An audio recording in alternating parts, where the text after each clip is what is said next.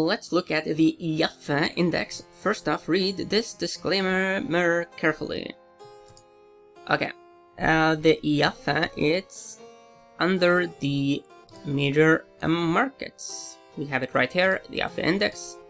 Here is the distance from the 52-week low and 52-week high. We will basically look at two ETFs. So we will look at the EFA, and we will look at the EFU, which is the bearish leveraged alternative. Okay,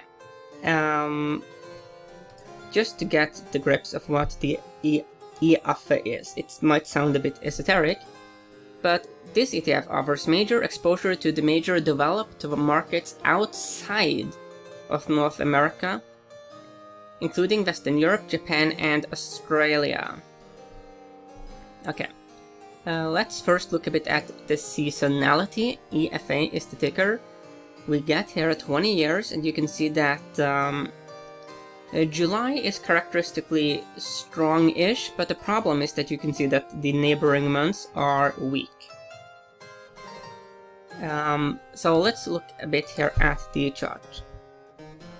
Okay, so this is the long-term picture. Here we have the lead-up to the financial crisis, and it is troubling to see that the EFA index, which is a pretty big deal, it did not make a new high after the bear market back here.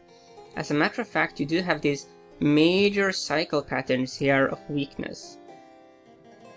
Could make a case that we have some cyclicality here. Yeah, so it's been significantly weaker than the S&P 500, which tells us that what happened during the financial crisis was actually quite damaging to the world markets. And some major markets, developed markets, did not fully recover.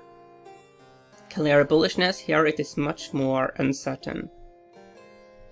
Based on the seasonality, you could make the case that maybe we have a bit of a rising cycle, this being the new rising cycle. The problem with this rising cycle is that it has already done a lot. We have met resistance here at the blue 100-week moving average. Test, fail, test, fail, test, fail. The more times we fail at these kind of key moving averages, the higher the probability of the bears really starting to take notice and build up some bearish positions. The problem for the EFA now is that the season that we are in, as we saw, is historically a weak season. But this year it's actually been rather strong, as you can see, which means that we are due some weakness. And you can see that some of the other cycles here before, like this major cycle and this major cycle, had 3 smaller cycles within it where you had pullbacks. Here again you also have these major pullbacks within a bigger picture cycle. So you could make a more speculative bearish case here based on that and failure at a key level multiple times. The RSI is in the neutral zone, the accumulation distribution line. I mean, there have been buyers stepping in, but you can see here that we are meaningfully lower than we were back here. The correlation with S&P 500 is 11% positive, so basically there's a very weak correlation. Let's look here at the daily data points. Key level to watch here is the red 200-day moving average. Test, fail. We have been able to get above it now, testing it as support. So the saying is that the bulls, they live above the 200-day moving average, while the bears live below. Okay, okay, so let's say that you are bearish on the EFA. Okay, let's look at the correlation here with the bearish ETF. Like that, the ultra shot. Looking at the weekly data points, there is a minus 67% negative correlation between the EFA and the EFU. That is not a good correlation. It means that there's some very significant divergences. looking at the daily data points, then we do get a minus 83% negative correlation. That's okay. It's not really like good, but it's not bad either. It means that to a significant extent, the short leveraged ETF, it does kind of track the EFA, but it would ideally be stronger. Hence, you now know that there is some divergence. Okay, let's actually look at some other kind of seasonality. Let's actually compare it with the S&P 500, the SPY, like that, and then we look at more data. You can see that, especially during September, that is when the EFA tends to outperform the S&P 500 quite meaningfully, 68% of the time. So that's something to be aware of. But here you can see the size of that that performance. It's not 0.2, not really that dramatic. Which means 0.2%. Yeah. Let's look at some other metrics here. There are options on the EFA. Hence, if you wanted to, if we do break below the 200-day moving average, and we have some clear possible bearish scenario, then options means that you can express that bearish ID in that way. The EFA is also shortable. Here you can see some of the performance. Let's look here at the ETF. So this is the EFA expense ratio, 0.32%. Yeah, that's relatively cheap. Looking at the dividend and valuation, so the PE is currently 16. You can see here that the IPOS, is the Renaissance International IPO ETF. That one had significantly higher PE, while the GVAL had a very low PE. That is the Cambria Global Value. Looking at the dividend, then the IPOS, which we just looked at, it has the lowest dividend. The AFK, that's the Africa ETF, I think. Yes, it is. That one has a very high dividend here of 7.5%. That's really good dividend. The EFA has, an okay dividend, 2.58%. It's enough for, the dividend to be a reason to hold on, if you are a dividend person. Here are some of the top 15 holdings. Famous companies: Nestle, Roche. Roche has been a bit of a big deal now due to the C virus. Novartis, Toyota, Novo Nordisk, big into diabetes medicine. GlaxoSmithKline, Siemens. Some interesting companies here. Sector breakdown, a very nice distribution here between sectors. Financials, basically a little bit of everything. The market cap is definitively dominated by the large caps at 90%. Region breakdown, Europe 62%, 35% Asia Pacific. Japan, biggest country, United Kingdom, Switzerland, France, Germany, Australia, Sweden, Netherlands, Sweden. Interesting.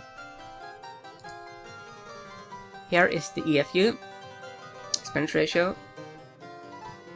Let's look at the fund flows here for the EFU. I will get very little data. If you look at the fund flow here for the EFA, you can see that there certainly has been quite a bit of selling. So that's something to be aware of. Okay, to sum up my take here on the EFA, so let's get the charts like that. It is interesting to see these cycle patterns, but the big bet with the cycle patterns is that there are obviously these smaller cycles within these major cycles. 1, 2, 3, 1, 2, 3.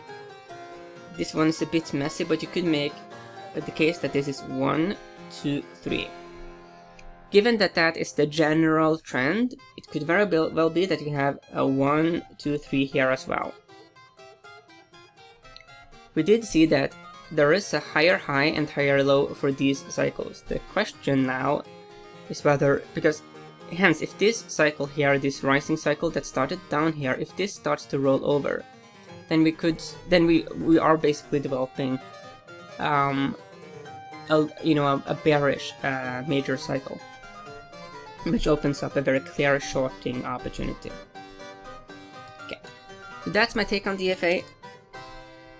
Let's look at the GE, General Electric. I'm going a bit through some of the components, the most liquid components of the S&P 500. Of course, remember to like, subscribe, share, comment, because that helps the algorithms and it enables us to get all kinds of extra goodies. Okay, so this is GE. Okay. Looking long term here, GE is way back to like this level where we were back here in 1987. You know, back here, here, and here, it makes more sense to be like, okay, maybe I should be a bit short, be bearish. At this point, I'm not sure I would actually want to be bearish here.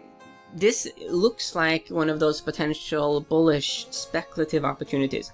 The bears are currently in control, but GE is one of those, the contrarian in me is very triggered by this, okay? That's GE. Let's look at Wells Fargo. Yeah, here we have the long-term picture here for Wells Fargo. This is like a major fall. It has not seen much at all of improvement after this plunge. The problem with Wells Fargo is that they have these major PR issues. They have been very naughty boys in the financial landscape. But the good news is that because they have been spanked so ferociously, they are less likely to do, the bad stuff again. Hence, you could make a contrarian case that maybe Wells Fargo is less likely to get into trouble going forward. They have been, under very close watch. You could make the case that this is a horizontal support level. The banks have not really participated in the rally after the major collapse. There are some theories out there that the central banks are conspiring to destroy especially the smaller banks, because it is in their interest for there to be fewer banks out there. It makes managing the economy easier. Wells Fargo is certainly one of the larger companies, but that would be like basically, so that would be the case for the large banks becoming bigger. There is something to that. There is a general trend towards centralization of the banking sector. And so that's something to watch out for. But yeah, there could be some speculative bullish opportunities here for Wells Fargo. Okay, I don't think we have time for more charts. Okay. Whatever you do, of course, you don't fight the trend, and may the trend be with you.